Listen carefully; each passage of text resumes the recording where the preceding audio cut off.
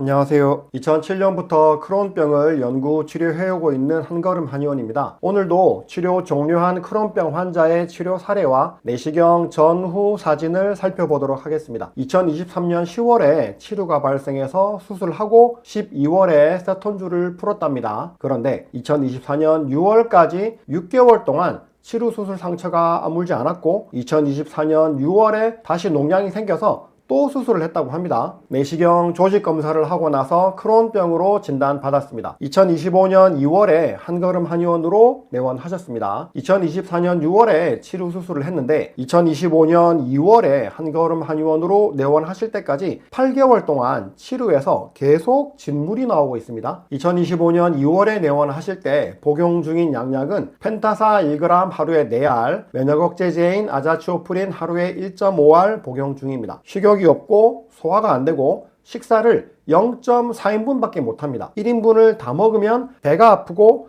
스트레스 받으면 소화가 더 안 됩니다. 밥 생각만 해도 속이 울렁거립니다. 상복부 복통이 매일 있습니다. 2025년 2월 12일 칼프로텍틴 209점입니다. 좀 높네요. 소장의 염증이 더 많은 경우에는 대장의 염증이 더 많은 환자보다 칼프로텍틴 수치가 좀 더 낮게 나오는 경향이 있죠. 상부 소화기와 염증을 치료해주고 식사 소화가 편해지고 나면 염증을 치료하는 쪽으로 집중해서 치료하는 처방으로 가면 될 것 같습니다. 2025년 3월 8일 식욕이 나아지고 소화가 좀 더 잘 된다. 식사량이 0.8인분으로 늘었다. 4월 14일 대변 염증 수치인 칼프로텍틴 19점으로 한의학 치료 2달 만에 정상이 되었네요. 4월 30일 대변 칼프로텍틴 역시 11점으로 정상입니다. 2025년 6월 12일 소화가 모두 좋아지고 1인분 식사를 할 수 있게 됩니다. 복통이 완전히 없어졌네요. 그래서 다음 처방 B 처방으로 바꾸어 줍니다. 그런데 B 처방을 먹으면 속이 좀 울렁거리고 안 좋대요. 약이 안 맞는 거죠? 네, 그럴 수 있습니다. 한약을 복용할 때는 불편함이 없어야 됩니다. 어딘가 불편한 곳이 생긴다면 한약이 잘 안 맞을 가능성이 있죠. 그래서 다음 처방 C 처방으로 바꾸어 줍니다. C 처방으로 바꾸고 나니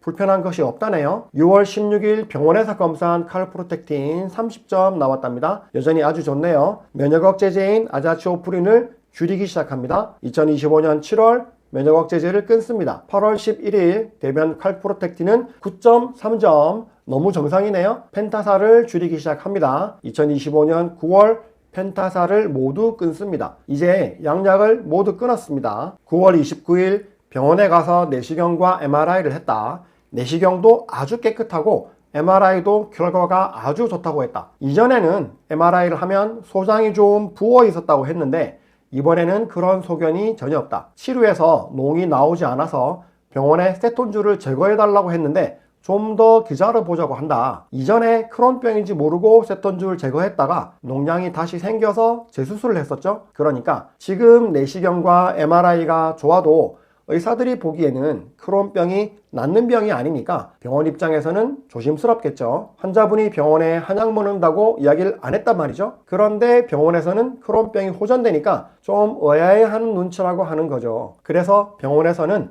12월에 세톤주를 제거할지 보자고 한다. 세톤주를 제거해야 치료가 완전히 아무니까 세톤주를 제거하고 치료 길이 완전히 막힐 때까지 치료해야 되겠죠. 2025년 11월 병원에 갔더니 너무 깨끗하게 농도 안 나오고 계속 염증 수치도 정상이니까 세톤주를 제거해줬다. 염증 수치가 나쁠 때는 염증을 치료하는 한약을 썼는데 염증 수치가 완전히 개선되고 나서는 농의 배출이 잘 되게 하는 약을 썼거든요. 이번에 세톤주를 완전히 제거하고 나서는 새살이 잘 자라나게 하는 약, 생기하는 약을 씁니다. 이런 약들은 보약 계열이죠. 양약에는 이런 보약이 없죠. 이렇게 치료를 종료합니다. 내시경을 한번 볼까요? 이쪽이 2024년 6월 24일의 내시경입니다. 이런 쪽이 좀 붉게 충혈되어 있죠.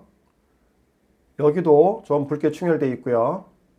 여기는 무난한데 조금 부어 있는 것 같습니다. 여기도 약간 부어 있고요. 이런 쪽도 살짝 충혈되어 있죠. 여기는 조금 더 많이 충혈되어 있네요. 여기도 충혈되어 있는 부분이 있고, 여기는 출혈이 좀 있네요. 여기는 출혈이 좀 더 많이 있고요. 이쪽이 아까 있던 출혈 부분이죠. 여기도 출혈이 많이 있습니다. 장이 좀 부어 있으면서 전체적으로 빨갛게 되어 있고 피가 많이 나는 걸 볼 수 있죠. 여기도 살짝 부어 있고요. 이런 쪽은 그나마 괜찮은 편입니다. 여기는 괜찮고요. 여기도 출혈 있는 부분이 있네요. 직장 쪽이고요. 직장 쪽에도 출혈되는 부위가 있습니다. 이거는 내시경 줄이 항문 쪽으로 올라와서 이렇게 꼬아서 아래쪽을 보고 있는 거죠. 출혈되고 있는 부위가 있네요. 네, 이렇게 끝이 났습니다. 대장에서 출혈되는 것을 확인할 수 있습니다. 이쪽은 2025년 9월 19일의 내시경입니다. 회맹부네요. 소장과 대장이 만나는 부위고요. 여기도 아주 깨끗합니다. 여기도 깨끗하고요. 여기도 아주 깨끗합니다. 모두 전반적으로 아주 깨끗합니다. 장의 주름도 아주 선명하게 잘 보이고요. 여기도 아주 깨끗하죠. 여기도 장의 주름이 잘 보이고 아주 선명하게 깨끗하게 잘 보이고 있습니다. 여기도 아주 깨끗하고요. 여기도 깨끗하고 여기도 아주 깨끗하죠. 전반적으로 모두 깨끗합니다. 아까처럼 출혈되는 부위가 없죠. 물이 좀 고여 있는 거죠. 괜찮습니다. 아주 좋고요. 네, 직장 쪽이고 끝났네요. 출혈되는 부위가 모두 없어졌네요. 사실 처음부터 대장의 염증은 심하지 않았죠. 대장의 염증이 심하면 내시경이 훨씬 더 나쁘죠. 소장의 염증과 소장 부종이 있어서 소화불량과 복통이 있었죠. 그런데 그런 소화불량과 복통이 모두 없어졌고 MRI 상으로도 염증과 부종이 모두 개선되었다는 것이 중요하겠죠. 치료 쪽도 농이 모두 말라서 세톤줄도 제거했고요. 오늘은 크론병으로 진단받고 소화불량과 복통, 항문 치료가 있던 환자의 치료 사례를 보았습니다. 내시경적으로 염증이 호전된 것까지 모두 병원에서 확인했네요. 소화불량과 복통, 치료가 있는 크론병의 경우에도 내과적인 증상의 호전이 먼저입니다. 내과적인 것이 치료가 되어야 치료의 염증이 줄어듭니다. 다만 치료가 있는 크론병의 경우 치료에 약침 치료를 해줘야 됩니다. 다른 합병증이 없는 크론병이나 궤양성 대장염의 경우에는